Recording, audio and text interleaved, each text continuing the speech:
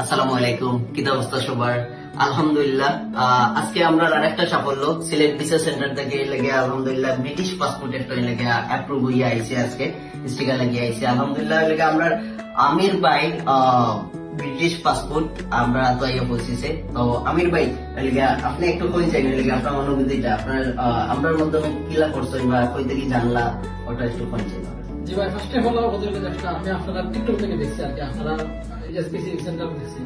দেন আমি আপনাদের নক দিয়েছি, নক দেওয়ার বাদে আইসি আপনারা আমাদের ভাই। আমি আপনার সাথে যতদিন ধরে মানে পাসপোর্টের বিষয়ে কাজ করছি আমি ভাই, মানে দেখছি আপনি বেশি একটু বেশি হেল্প করছেন। আপনার অফিসের সবাই হেল্প করছেন, বাট আপনি বেশি সময় দিচ্ছেন। আপনি সবসময় নিজের মনে করতে পারি তাই বারো এটা বলতেছেন ভাই, মানে অনেক ভাই হেল্প ভাই, অনেক থ্যাংক ইউ ভাই।